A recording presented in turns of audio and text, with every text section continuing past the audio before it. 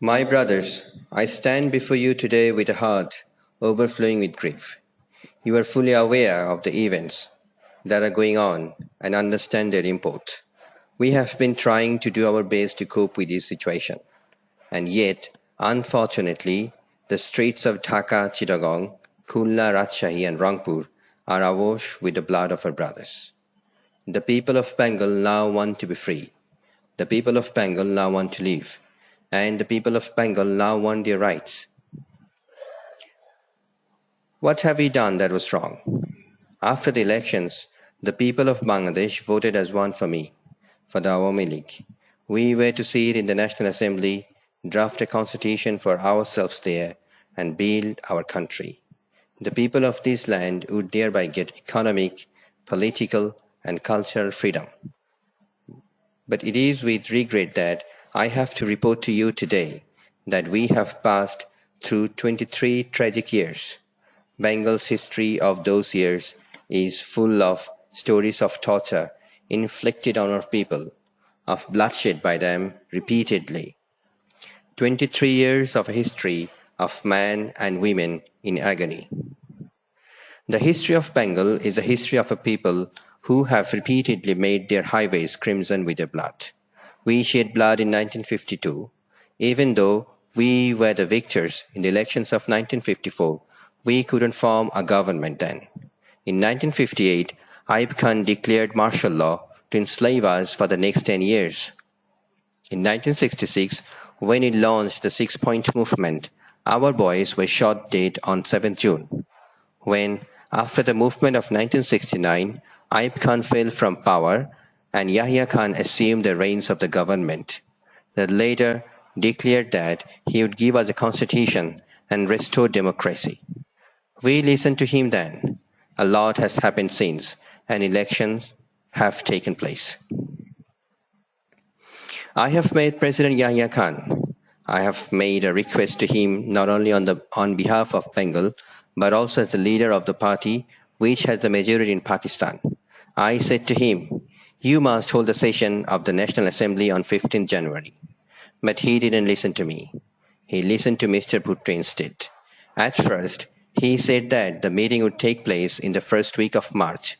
We said, "Fine, we will be taking our seats in the Assembly then." I said, "We will carry out our discussions in the Assembly."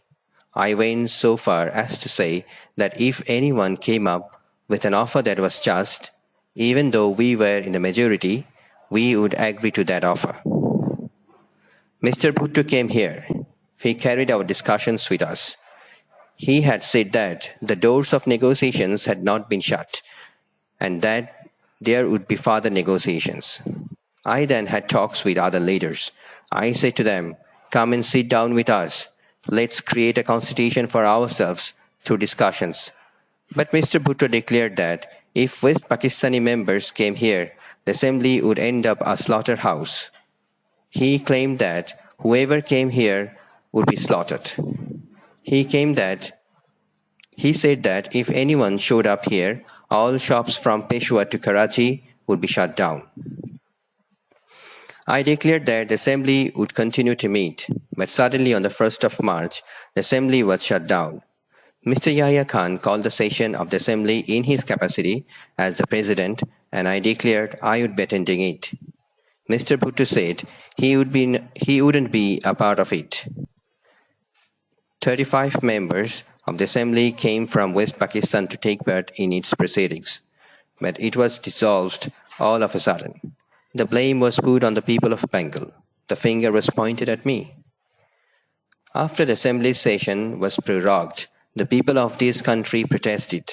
I told them, "Observe the general strike we have called peacefully." I told them, "Shut down all mills and factories." Our people responded to my call. They came to the streets spontaneously. They expressed their firm determination to carry out the struggle peacefully. What have we got in return? What have we got in return? Those who brought arms with our money to defend us from the external enemies are now using those arms on the poor, the wretched, the downtrodden people of the land. Bullets are being aimed at their hearts. We constitute the majority in Pakistan, but whenever we Bengalis have tried to assume power, they have used force on us. I have I have had a talk with Mr. Yahya Khan. I told him, Mr. Yahya, you are the president of Pakistan. Come and observe how the poor people of my country are being mowed down with bullets. Come and see how our mothers are being deprived of their children, how my people are being massacred. Come, observe, and only then pass a judgment on what is going on. He has apparently said that I had agreed to attend a roundtable conference on the 10th of March. Didn't didn't I say a long time back, what is the point of another roundtable conference? Who will I sit with? Should I sit with those who have shed the blood of my people? He has suddenly dissolved the assembly without carrying out any discussions with me. After sitting in a straight meeting, After sitting in a secret meeting for 5 hours, he gave a speech where he has put all the blame on me. He has even blamed the Bengali people. My brothers, the assembly has been called into session on the 25th of March, but the blood spilled on the streets has not yet dried. About the 10th of this month, I have told them Mujibur Rahman won't join the roundtable conference because that would mean wading over the blood that has been shed. Although you have called the assembly into session, you will have to listen to my demands first. You will have to withdraw martial law. You will have to return all army personnel to their barracks. You will have to investigate the way our people have been murdered. And you will have to transfer power to the representatives of the people. It is only then that I will decide whether we will take our seats in the assembly or not. I don't want the Prime Minister's office. We want the people of this country to have their rights. I want to state clearly that from this day, Bangladesh's courts, magistracies, government offices, and educational institutions will be shut down indefinitely so that the poor don't have to suffer, so that my people don't have to go through hardships. All other things will be exempted from the general strike from tomorrow. Rickshaws, horse carriages, trains, and launches will be allowed to move. Only the Secretariat, the Supreme Court, the High Court, Judges' Court, and semi-government organizations such as WAPDA will not be allowed to work. On the 28th, employees will go and collect their salaries. If their salaries are not paid, if another bullet is fired, if my people are shot dead again, I request all of you, convert every house into a fort. Confront the enemy with whatever you have, and even at the risk of your life, and even if I'm not around to direct you, shut down all shops and make sure that traffic on all roads and ports are brought to a standstill.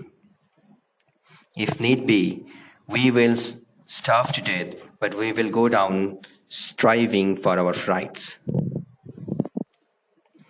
To those in the armed forces, I have this to say, you are my brothers. Stay in your barracks and no one will bother you.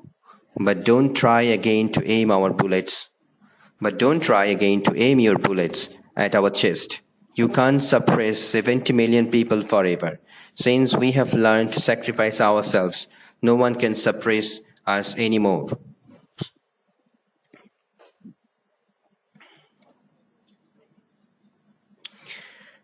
And as for our martyrs and those who have been wounded, we in the Awami League will do everything we can to assist them and their loved ones.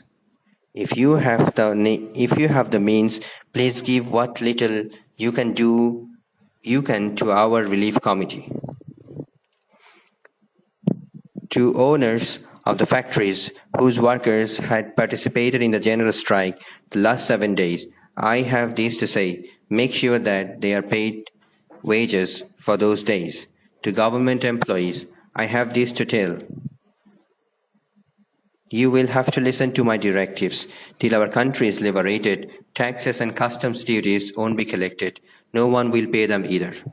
Remember, the enemy is amidst us to create chaos and confusions, to create anarchy and to loot. In our Bengal Hindus and Muslims, Bengalis and non-Bengalis are all brothers.